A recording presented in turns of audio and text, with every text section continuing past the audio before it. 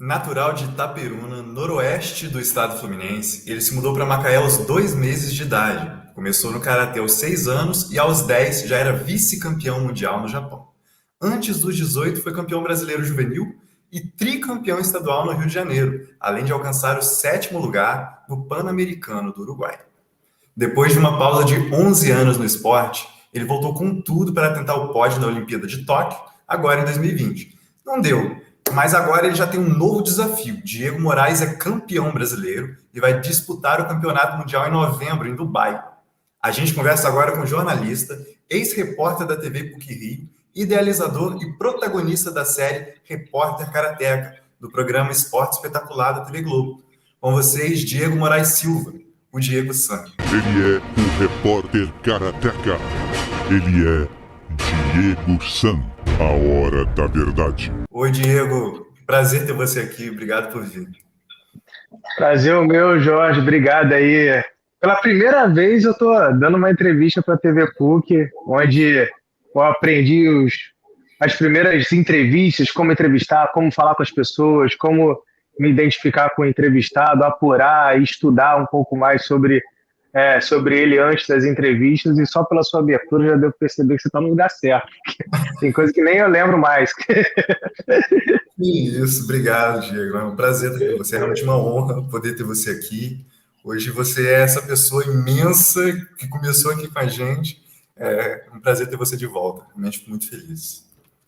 Um prazer o meu, Jorge. Muito prazer.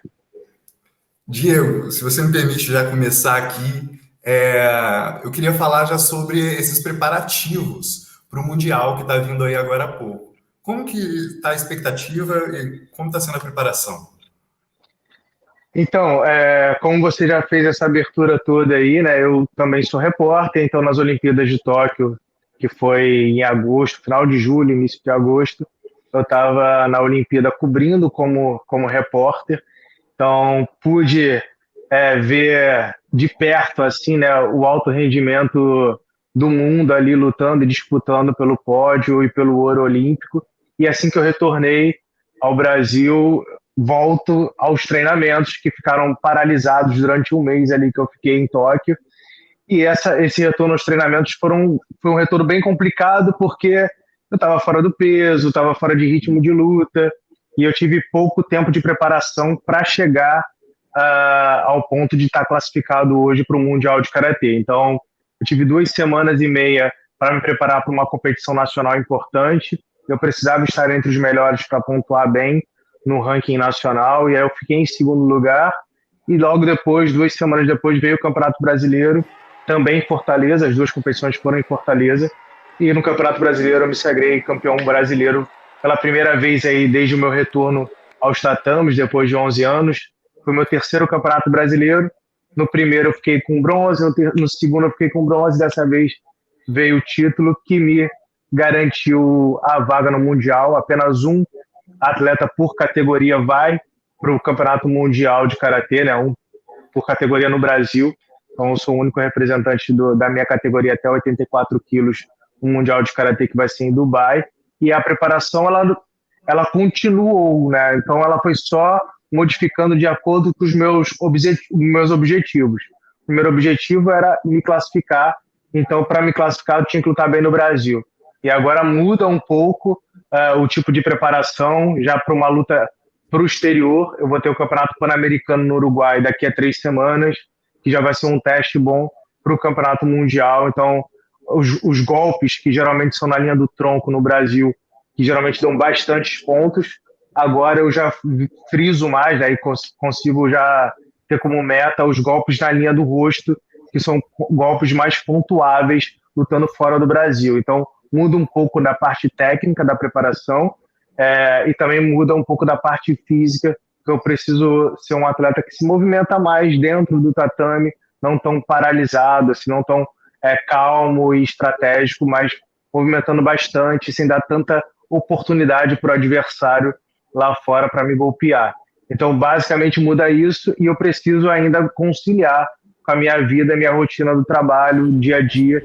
Eu continuo como repórter, então, diariamente eu faço reportagens sobre o esporte do Rio de Janeiro, e por aí vai, eu vou conciliando meu tempo de atleta e de repórter até chegar nos finalmente aí. Eu estou preparando aí minha caminhada, minha trajetória para o fim no esporte de novo como atleta, e eu quero encerrar bem essa minha carreira que vai ser no Mundial.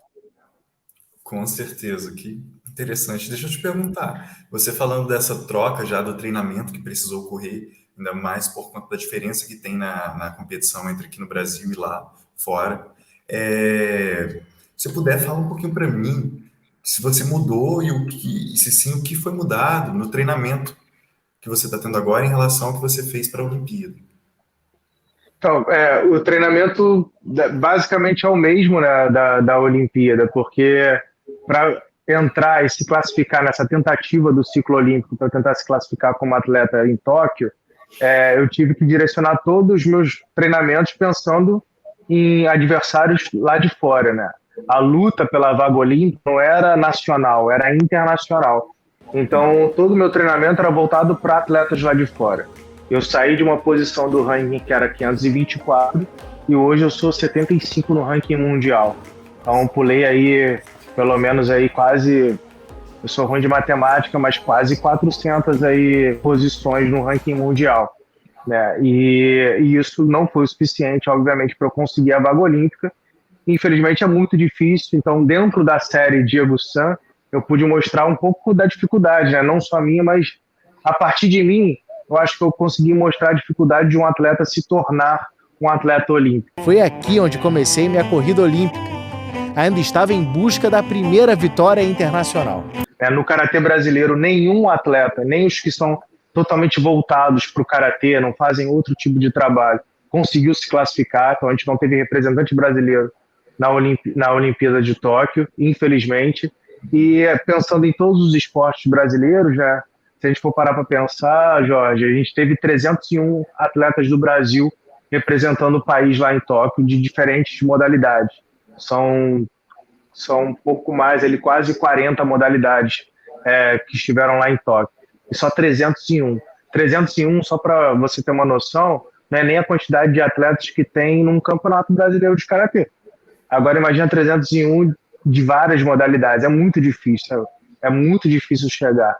Eu acho que eu consegui mostrar o quanto que é difícil. Infelizmente, eu gostaria de mostrar o quanto que é difícil me classificando, mas não foi possível. E aí, agora, para o Mundial, eu faço algumas adaptações, porque com a volta da rotina dos clubes e ter que reportar todos os dias no Globo Esporte uma notícia sobre um clube, isso faz com que a minha rotina seja mais imprevisível como repórter, né? A minha escala ela sai diariamente às 8 horas da noite. Então, hoje, a gente está gravando aqui essa reportagem às 2h22 da tarde. Eu só vou saber o meu horário de amanhã, 8 horas da noite de hoje. Então, é muito imprevisível. Maradona foi obrigado a se achar Maradona. Então, o que eu tenho que focar agora num curto prazo, né? Curto espaço de tempo? No que eu preciso melhorar, evoluir dentro do que eu já faço de bom. E o que eu não posso, e também focar dentro das minhas defesas, né? O que eu tomo mais de golpe e o que eu não posso tomar no campeonato mundial e nas competições lá fora. Então, se são golpes direcionados na altura do rosto, é isso que eu tenho que treinar, quais golpes que eu aplico bem na altura do rosto e quais golpes que eu sofro na altura do rosto. É só a questão de ajuste, não dá para eu inventar a roda em 2 meses aí que faltam para a competição, né? Diego, como você falou, conciliar essas duas atividades tem um esforço enorme, a gente consegue acompanhar isso, né, com muita clareza ali na série. E, honestamente, assim, eu, enquanto repórter, fiquei maravilhado com a tua ideia. Eu falei, meu Deus, ele foi muito inteligente nisso aqui, muito perspicaz. Eu queria entender, se você pudesse me falar um pouco como que surgiu a ideia de esse projeto, né, do Diego San, do Repórter Karateka, e aí, evidentemente, como que você fazia para conseguir conciliar o trabalho de repórter e as demandas do atleta? Então, a ideia surgiu um pouco antes do Karatê ser anunciado como esporte olímpico, né, que foi anunciado na Rio 2016. Então, um pouquinho antes, 3, 4 meses, eu comecei a pesquisar. Caso o Karatê se tornasse olímpico, eu ia voltar a competir em busca de um sonho, que era um sonho de criança, de competir uma Olimpíada, que eu só via pela televisão, e o meu esporte não era olímpico. E aí, quando se tornou olímpico, logo depois das Olimpíadas do Rio, eu fiz a cobertura aqui no Rio, né, das Olimpíadas, como repórter. Quando acabou a Paralimpíada, eu comecei o meu treinamento. Então, eu perdi inicialmente ali cerca de 11 quilos, e aí eu baixei para 74, para depois começar a ganhar o peso, mas de uma forma mais saudável, para poder competir e voltar aos treinamentos. Então, eu fiz um check-up no meu corpo inteiro, com ortopedista, fisioterapeuta e preparador físico. Fui montando o meu staff, né, batendo de porta em porta. Todos os meus contatos que eu fiz como repórter, eu usei para eu retomar minha carreira de atleta. Então, equipamentos de karatê, eu fui buscando a ajuda de todo mundo que poderia me ajudar. E aí, depois de 3 meses treinando karatê, eu fiz um piloto. Gravei, um amigo meu que é repórter cinematográfico, alugou uma câmera, inclusive o Lucas Marshall também veio da TV PUC, então foi um projeto que eu sugeri junto com ele. Ele alugou uma câmera e a gente fez o meu primeiro treinamento, registrou meu primeiro treinamento. Até então, nesses 3 primeiros meses, a Globo não fazia ideia do que eu fazia, do que eu estava planejando. E aí, quando eu fiz um piloto, eu editei esse piloto de acordo com a minha história de repórter. Né? Então, assim, eu fui atleta, como bem você disse, dos 6 aos 18, sempre fui muito voltado para a área das lutas. Então, a minha primeira série dentro da Globo, que foi no Globo Esporte, foi chamada Olimpíadas Uma Luta. A minha primeira reportagem especial foi sobre Muay Thai. Meu primeiro evento esportivo grande foi o UFC, que é um evento de MMA. E a minha primeira entrevista internacional foi com a Ronda Rousey, que na época foi disputar um cinturão aqui no Brasil, foi defender um cinturão no Brasil.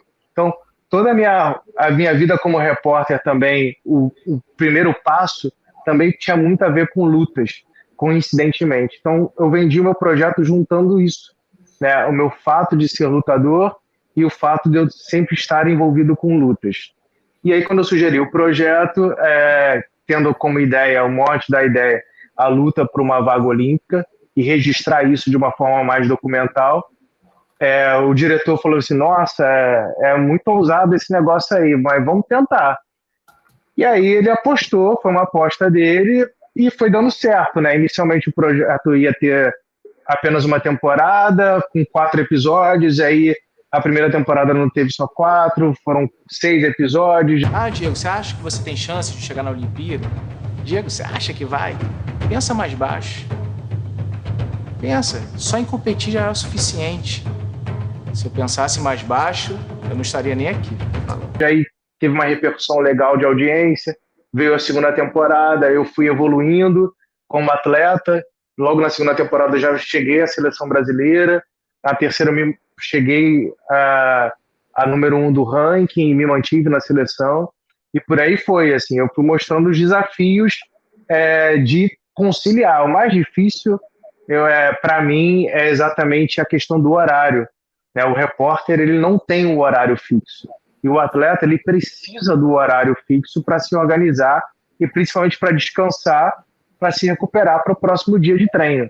Então, assim, os meus horários de sono, por exemplo, que são muito importantes para a recuperação, eu dormi nesses últimos 5 anos 5 horas e meia em média. E isso com certeza influenciou nas lesões que eu tive. Eu tive lesões durante esse período quase todo. A mais grave foi quando eu rompi 3 ligamentos do joelho e tive que fazer uma cirurgia. Mas isso fazia parte do show, né? O fato de ter que fazer isso e conciliar fazia parte. Eu sabia que o sono ia ser prejudicado, mas eu não poderia deixar de treinar, porque eu precisava evoluir mais rápido do que os atletas que já estavam nessa rotina, não pararam, que nem eu parei. E aí dentro do jornalismo era, tipo, às vezes eu falava, preciso treinar em tal lugar, tem como a gente conciliar isso, eu fazer um trabalho mais de home office e entregar o produto para eu conseguir treinar em tal lugar. E aí vai conversando com a chefia e a gente vai ajustando. Mas, para mim, o maior desafio, Jorge, foi exatamente saber que a rotina de atleta, para ela dar certo, para ter um sucesso como atleta, eu preciso de um horário fixo. E para ter um sucesso como repórter, eu tenho que estar disposto ao improviso da escala, né? Eu tenho que estar à disposição, tanto de manhã, tarde ou noite. Isso foi o mais difícil de conciliar, né? Estar à disposição em todos os turnos e, ao mesmo tempo, treinar nos turnos que eu não estava à disposição da empresa. Não sei se eu consegui ser muito claro, mas para mim a parte mais difícil foi essa. Maravilhoso. Realmente são áreas muito distintas que requerem habilidades distintas também para poder conciliar realmente bastante árduo, como você está falando. Ser jornalista requer aí de você estar disponível a todo momento, quase que 24 horas por dia. Ser atleta requer toda uma regra para que o corpo funcione da melhor maneira possível. Afinal, você é um atleta de alto rendimento, né? Você não faz por hobby, é uma profissão, é uma competição. Exatamente isso. Eu não faço por hobby. Demorou. Acho que as pessoas demoraram a acreditar que eu não estava por hobby, né? Eu estava por um objetivo que era uma vaga, estava por um objetivo que era evoluir cada vez mais. E até hoje, assim, como acabaram as Olimpíadas e acabou a série também, né? Em junho foi o último episódio da série. Ah, você vai parar? Você vai parar? Não. O Diego Atleta ainda quer mais, né? Ele ainda tem mais para dar. Então eu quero poder encerrar minha carreira num grande palco, seja nacional ou internacional. Então consegui encerrar no grande palco no Brasil, que era o Campeonato Brasileiro e ganhando, e agora quero encerrar no Mundial e quiçá ganhando também. Então estou treinando não para participar do Mundial, estou treinando para medalhar e buscar o ouro no Mundial. Então hoje, por exemplo, eu estou aqui conversando com você à base de café, e bota café nisso, porque eu acordei cedo, 6 horas da manhã, peguei o metrô, eu moro no Flamengo, peguei o metrô, que é a zona sul do Rio de Janeiro.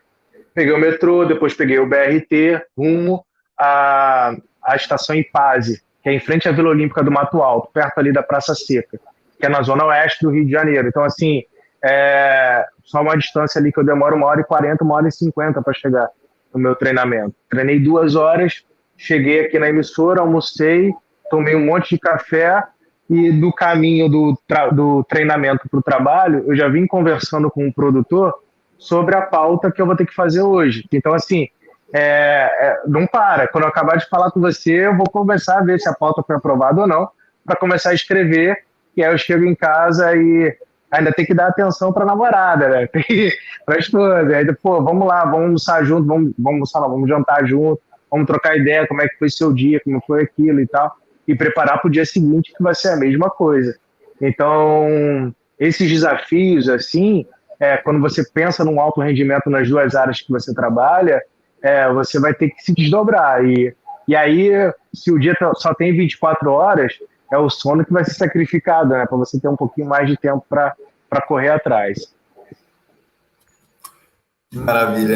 Essa loucura toda da gente querer fazer tudo nas nossas 24 horas que não mudam, né? Como você falou, o sono vai sendo sacrificado nessa brincadeira aí. Diego, você quase conseguiu a vaga para a Olimpíada e aí agora parece que como um presente do universo, se a gente pode dizer dessa forma, ela veio com a conquista do Campeonato Brasileiro depois de muito esforço seu. Como é que são essas duas sensações para você enquanto atleta depois de tanto treinamento? Cara, eu vou te falar porque esse brasileiro aí foi um misto de emoções, né? Porque eu me planejei minha cabeça assim, cara, vai ser o último brasileiro e eu tenho que fazer a minha melhor performance, não que nas outras eu não tenha feito, mas eu estava sob uma certa pressão do Diego Atleta de buscar a vaga para o Mundial. E além disso, assim, todo esse meu retorno, toda essa questão de voltar a lutar, toda essa questão de mostrar que é possível você fazer 2 atividades em alto rendimento, é algo além talvez de mostrar o quanto que é difícil se tornar um atleta em alto rendimento. O que eu pensei em mostrar durante a série e o que eu penso com as pessoas que estão em volta de mim e dar o recado é que as pessoas pretas elas precisam de oportunidade. Então, esse Campeonato Brasileiro, eu estou aí desde 2007 no meio do Karatê, novamente, e eu vou plantando uma sementinha ou outra e tal, na questão da representatividade, e as pessoas, e muito de uma forma muito natural, sabe? Tentando mostrar para as pessoas de uma forma amorosa que vocês precisam dar oportunidade para os negros, porque eles estão à margem da sociedade, estão na periferia, então é o maior número da pobreza, é o maior número de homicídios, é o maior número dentro das prisões, então assim, a gente precisa de oportunidade. E aí, esse Campeonato Brasileiro, eu precisava mostrar que a representatividade tinha que estar em foco. Eu não ia deixar isso escapar e sem dar esse recado. Então, no Campeonato Brasileiro, eu fui focado em estar no alto do pódio, né? Estar no topo. Então, nada que acontecesse iria me tirar desse foco. Então, eu cheguei meio que blindado, assim, mentalmente e fisicamente, quando eu sentia que tinha uma energia meio negativa no ambiente que eu estava treinando e aquecendo para a competição. Eu saía desse local ali e começava a aquecer em outro ambiente, e quando eu ia para a luta com um objetivo só, sabe? Passar daquela luta e ir para a próxima. Então, ir para a próxima, ir para a próxima. Eu tava alucinado nesse dia, e tinha um amigo meu que é novo, tem 21 anos, que ainda está aprendendo um pouco como funciona a sociedade, negro também. E um dia anterior aconteceu a categoria feminina e apenas uma negra subiu ao pódio. E eu estou falando de 6 categorias, cada categoria são 4 atletas no pódio, então estou falando de 6 vezes 4, 24. 24 atletas, apenas uma negra no pódio. E aí, no dia que eu estava lutando, esse meu amigo tinha alertado isso, e quando eu fui para a final, eu bati no peito dele: você não queria ver preto no topo? Hoje você vai ver, hoje você vai ver. E aí ele: é isso. E a energia estava assim, as pessoas que estavam gritando e tipo assim, perdendo a voz comigo dentro do tatame, curiosamente eram os pretos que estavam lá na competição. Então eu estava sentindo uma energia muito forte, assim. Cada luta que eu ganhava, eu estendia o punho cerrado, que era um sinal de resistência. Essa competição do Campeonato Brasileiro foi a resistência que estava em jogo, né?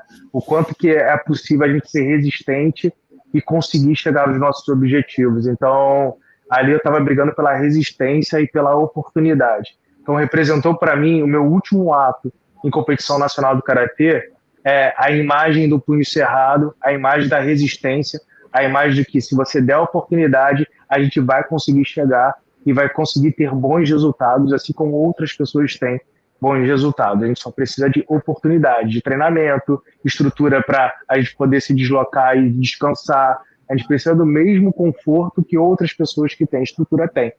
E aí a gente vai conseguir chegar. Sem a cobrança de que eu tenho que ser o melhor 5, 6 vezes melhor do que o outro para ter essa chance, para ter uma outra oportunidade. Não, eu preciso abrir esses espaços. Eu preciso que as pessoas enxerguem. E as pessoas que eu digo são as pessoas que comandam as instituições. As instituições dentro do Karatê, a instituição dentro da comunicação. As pessoas precisam perceber isso, que faltam negros. E como que elas podem ajudar esses negros a chegar e ter as mesmas oportunidades. É isso significou demais esse campeonato, porque eu acho que eu consegui dar esse recado. Nossa, que fala linda, Diego. Inclusive, eu lembrei agora do começo da série, em que você se emociona ali já na abertura, e nessa fala emocionada, linda, você afirma que o sonho dos karatecas é que essa arte marcial se tornasse um esporte olímpico, né? E agora, complementando com essa fala tua sobre a resistência, sobre a importância de termos pessoas negras no esporte, de ser representadas. A pergunta que fica é: qual foi a sensação de você ver esse sonho sendo realizado ali naquele momento? Cara, eu fiquei uma semana ainda sob atenção, assim, porque eu estava muito, muito ligado, com uma energia gigante e suportar o peso, né?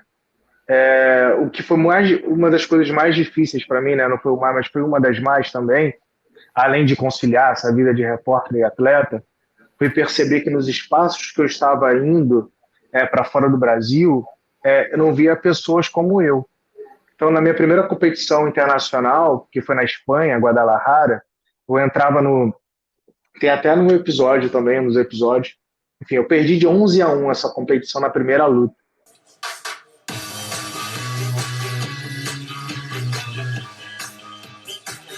Mas não foi o placar que mais me chocou.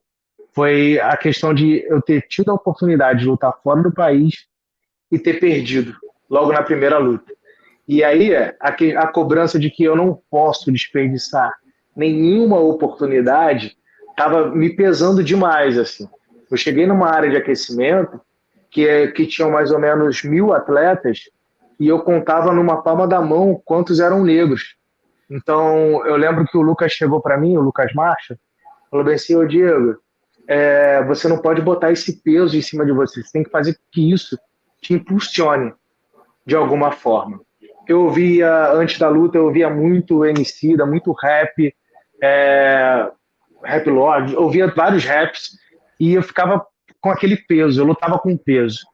E eu acho que o que o Lucas pediu para eu fazer na minha primeira competição internacional, eu consegui pôr em prática agora, que é transformar todo aquele peso em uma energia positiva para eu seguir em frente. Né? Fazer com que esse peso da representatividade, de ser o único ou um dos poucos a conseguir alcançar esses espaços, que fosse algo que me impulsionasse, algo que me mostrasse que eu não estou sozinho. Eu estou sozinho hoje, mas hoje eu luto sozinho com um suporte gigantesco da maioria da população brasileira, que a maioria é negra. Então, entender isso e transformar isso em algo positivo na minha luta é algo que, sim, é um sonho realizado, mas eu ainda estou distante do sonho que eu idealizo, sabe? O que eu idealizo é não ser o único, é ser mais de um, é ser incontáveis negros dentro desses espaços da sociedade, dentro do alto rendimento do karatê, dentro das grandes empresas, dentro das grandes universidades. Então, assim, os estádios das grandes universidades, quando eu TV PUC, por exemplo, só tinha eu e a Sabrina de Preto, quando eu fui do estádio da TV PUC. Então, assim, é difícil, e o José, se não me engano, que era Repcine. Então, eram 3 de um grupo de estagiários que tinham 18 ali. É pouco. A gente não é representativo em várias áreas. Quando a gente vai subindo de classe, vai vendo pessoas com mais poder aquisitivo, e eu quero que isso seja diferente. Né? Talvez eu não esteja vivo, mas eu quero mais. Eu quero poder morrer e ter mais pessoas e olhar assim: eu já não consigo contar na palma da minha mão. Já são incontáveis esses pretos que estão nesses lugares de oportunidade e lugares de destaque.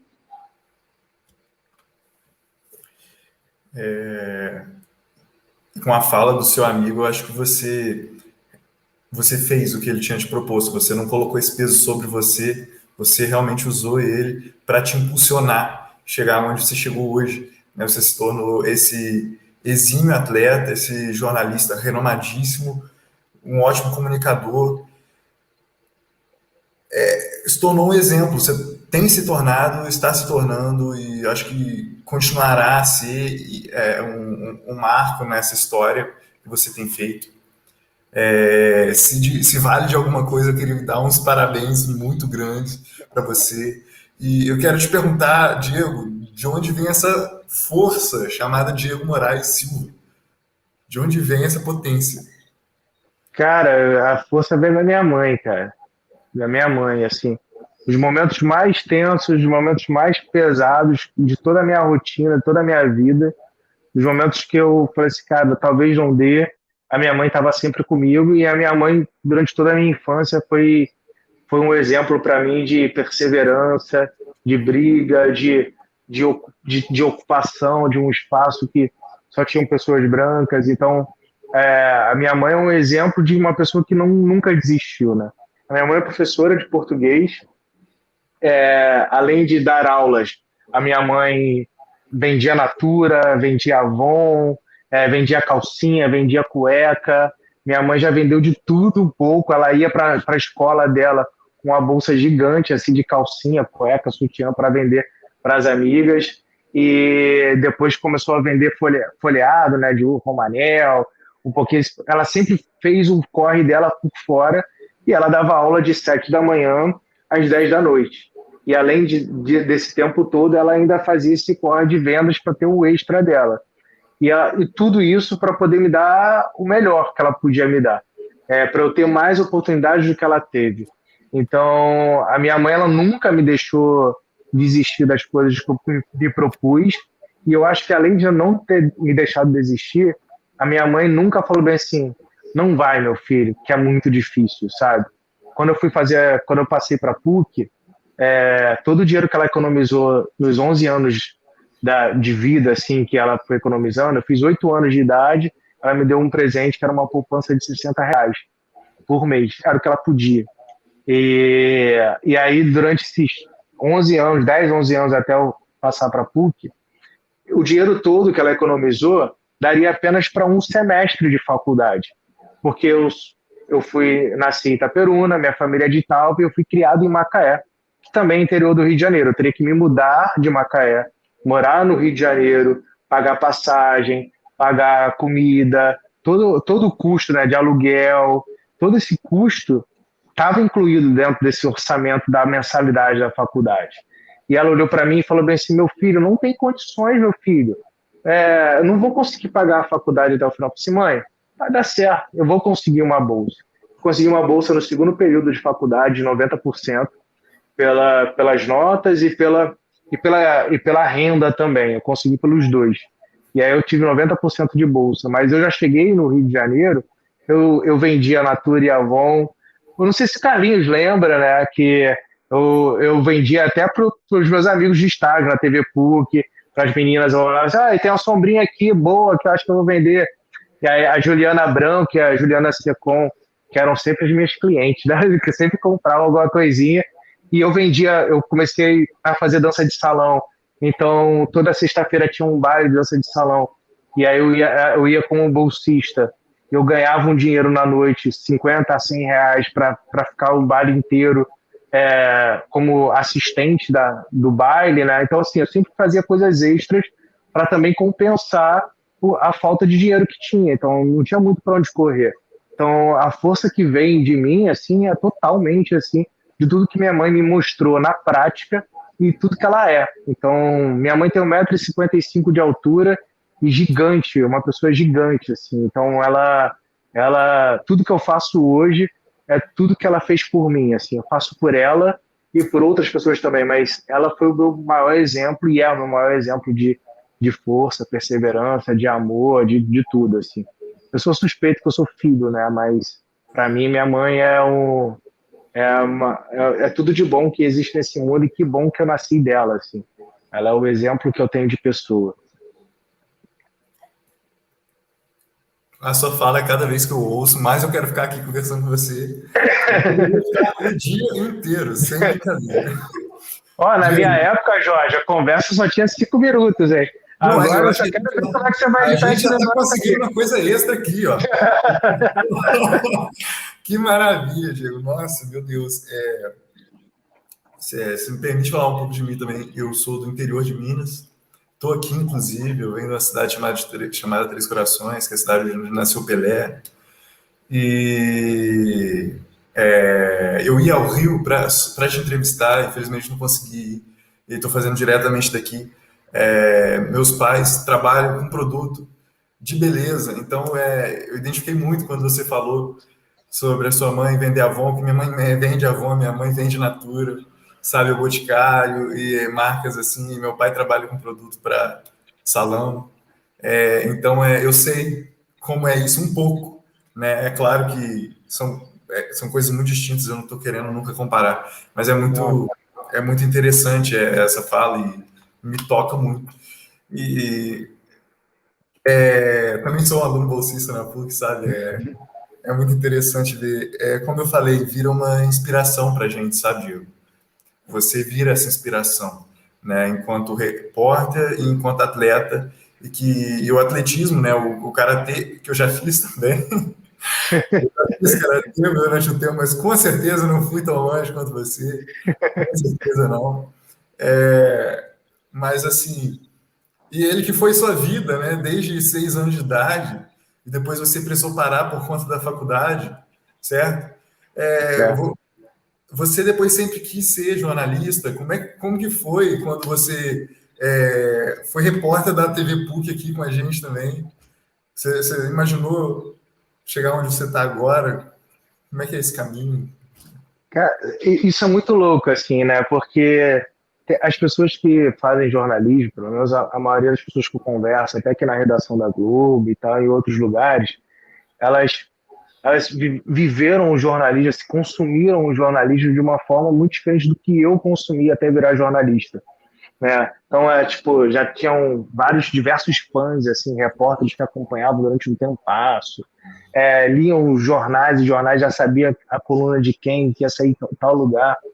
Cara, o meu, eu acho que completamente diferente, assim, como eu escolhi jornalismo, né?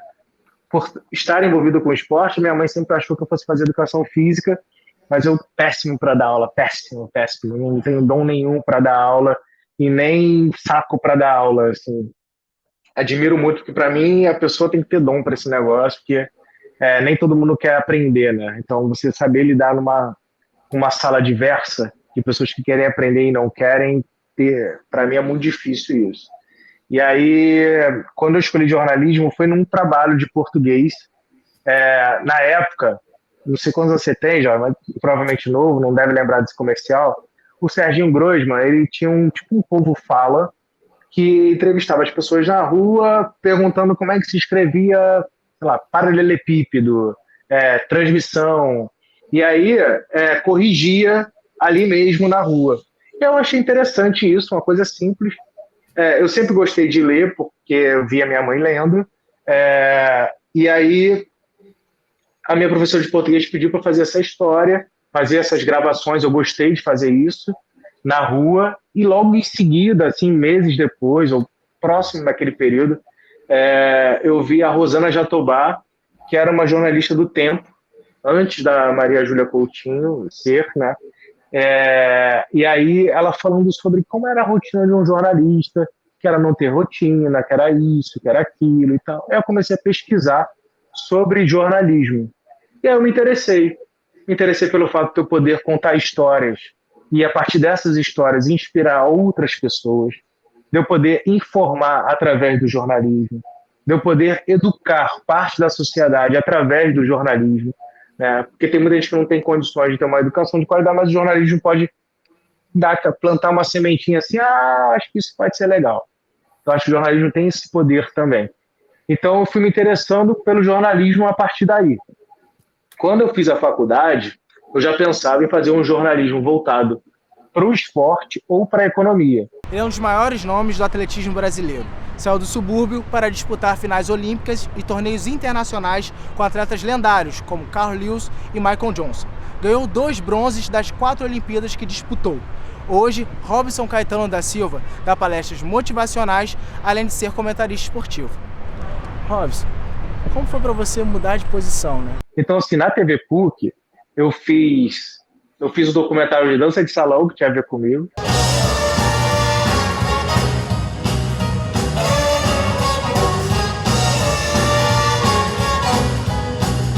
Fiz 2 especiais sobre Olimpíadas de Pequim.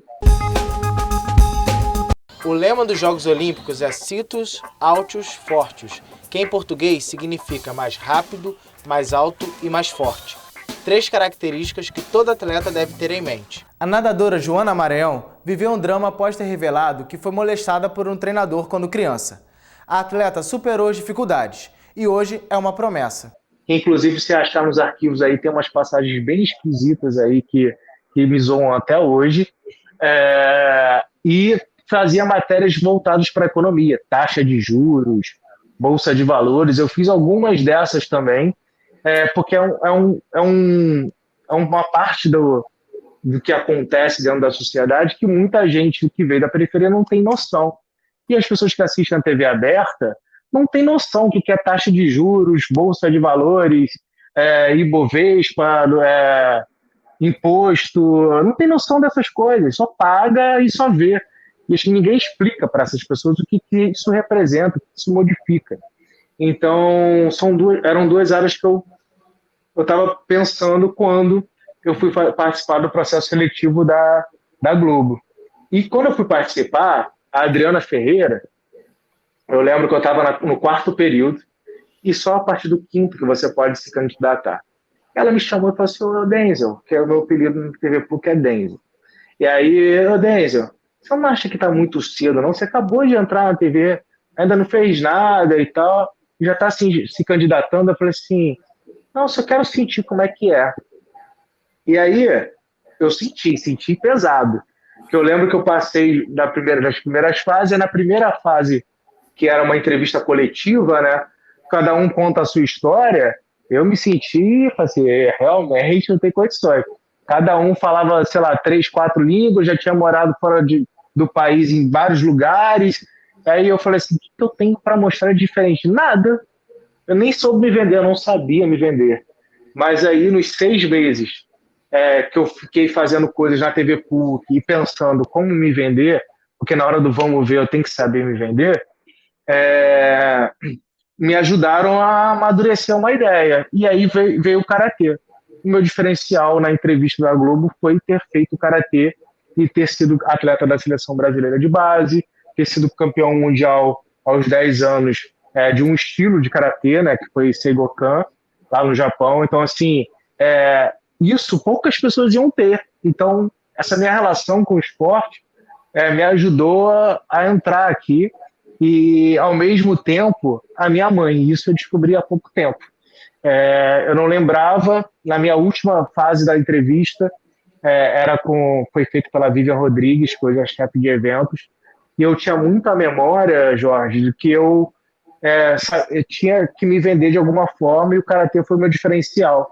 Mas eu não lembrava detalhes de como o outro me viu nessa avaliação. E aí eu lembro que a Vivian era uma das pessoas que estavam me avaliando.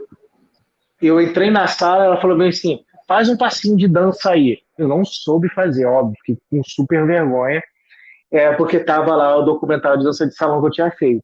Não fiz o passinho de dança, só sentei. Depois ela falou sobre uma moça que dentro do trabalho dela que fazia Karatê, que tinha essa relação também comigo. Mas eu muito tímido. E eu sempre fui muito tímido. Só que eu não fazia ideia da imagem que eu tinha passado nessa minha entrevista.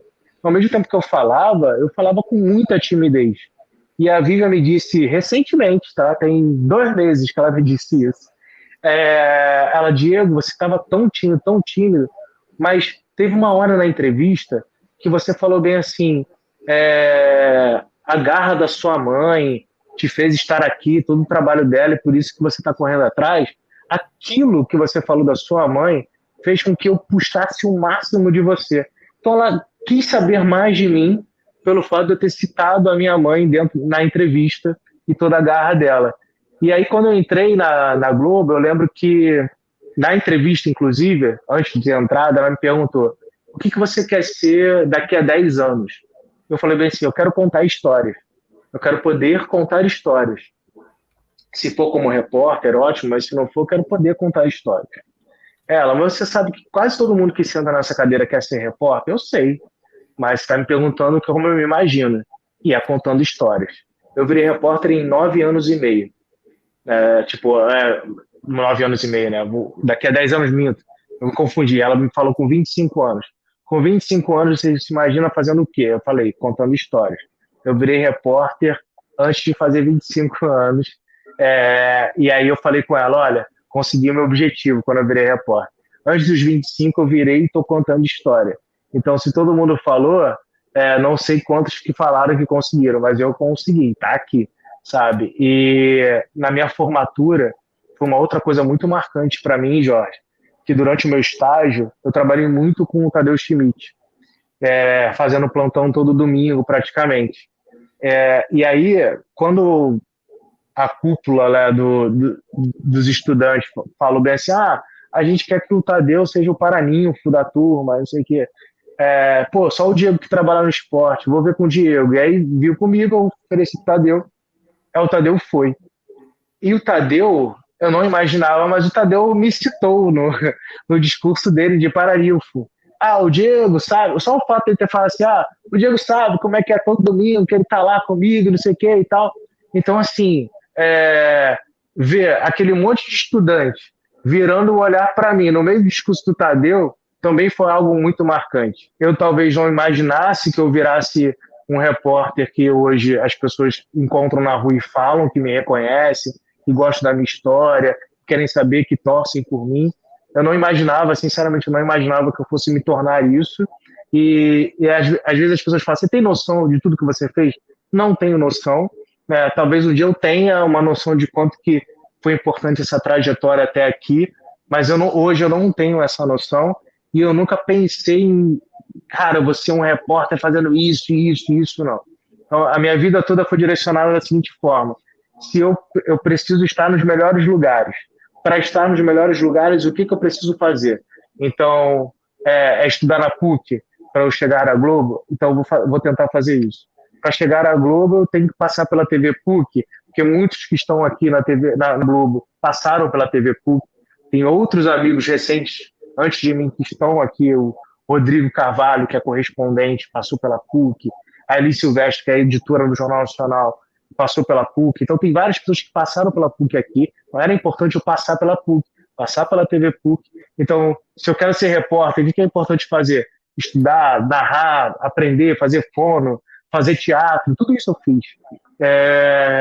E aí eu vou passar por esses processos. E aí, sim, assim, o que eu sempre pensei foi, eu quero estar no melhor lugar e fazer da melhor forma. E aí, como que eu vou fazer isso? Eu vou estudar esses processos. Hoje, eu acredito que eu zerei os meus objetivos dentro da minha primeira meta como repórter.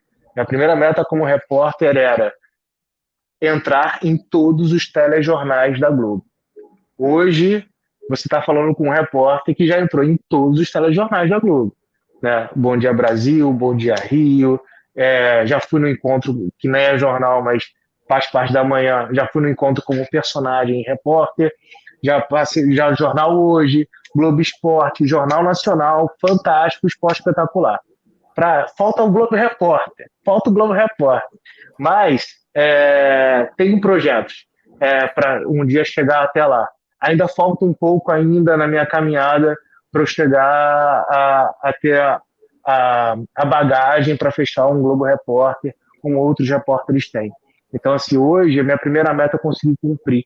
Né? Cobri um grande evento fora do país, que foram as Olimpíadas, e fechei todos, já apareci, já botei a cara preta lá em todos os jornais da casa. Então, o primeiro objetivo foi esse. O próximo objetivo é fazer um Globo Repórter, fazer matérias mais produzidas, fazer um Globoplay, produzir coisas para o streaming, que é algo que tem crescido muito dentro do jornalismo e dentro da comunicação audiovisual. Então, eu tenho essas próximas metas ali, que são talvez os próximos passos que eu estou galgando. Mas é um passo de cada vez, assim. Não imaginava que seria isso, mas também não faço ideia do que eu sou também. Eu acho que só as pessoas podem chegar e falar assim, pô, Diego, você é isso. Eu acho muito difícil eu conseguir falar em poucas palavras e identificar tudo que eu represento, porque eu posso não representar nada para uma pessoa e falar aqui que eu represento muita coisa. Então, acho que a minha representatividade não sai de mim, sai do que como o outro me vê, entendeu, Jorge? Bom, Diego, eu queria, se você me permitir, mandar um abraço para sua mãe, a dona Anaís Moraes, responsável por essa pessoa aí que, apesar de sua fala, acredito que representa muito e ainda há de representar a todos nós, e principalmente quando a gente tange o assunto de resistência, essa importância toda, né? Como você disse lá atrás, muitas pessoas diziam que a Olimpíada era demais, e você falou que se fosse para pensar abaixo, nem ali você está. Diego, queria te agradecer muito por essa conversa aqui, para a gente poder conversar um pouquinho sobre, embora rapidamente, infelizmente, sobre a sua história, a sua trajetória. E fico muito feliz de ter você aqui. Espero que depois possamos vê-lo mais e mais e mais, e também no Globo Repórter, com certeza. É a única coisa que está faltando. Certinho, obrigado. Eu que agradeço, Jorge. Eu que agradeço e espero que, enfim, quando acabar, espero que esteja acabando já a pandemia, né? Eu já tomei as 2 vacinas Só que você já esteja próximo, que você é novinho, você não deve ter tomado as duas ainda, deve estar numa dose só. Mas espero que isso, quando isso passar, a gente possa se encontrar, trocar uma ideia pessoalmente também. Sim, eu ainda tenho contato com algumas pessoas da TV PUC, eu acho que vale sempre a pena essa troca. Hoje eu tenho 33, hoje eu sou o velho da turma, né? Então a gente sempre acaba aprendendo muita coisa quando a gente troca ideia com pessoas muito mais jovens do que a gente. Então eu acho que isso acaba ajudando a gente a evoluir e continuar em evolução, né? Que a gente não sabe tudo, a gente sempre está em constante aprendizado. É isso, obrigado, vai ser um prazer.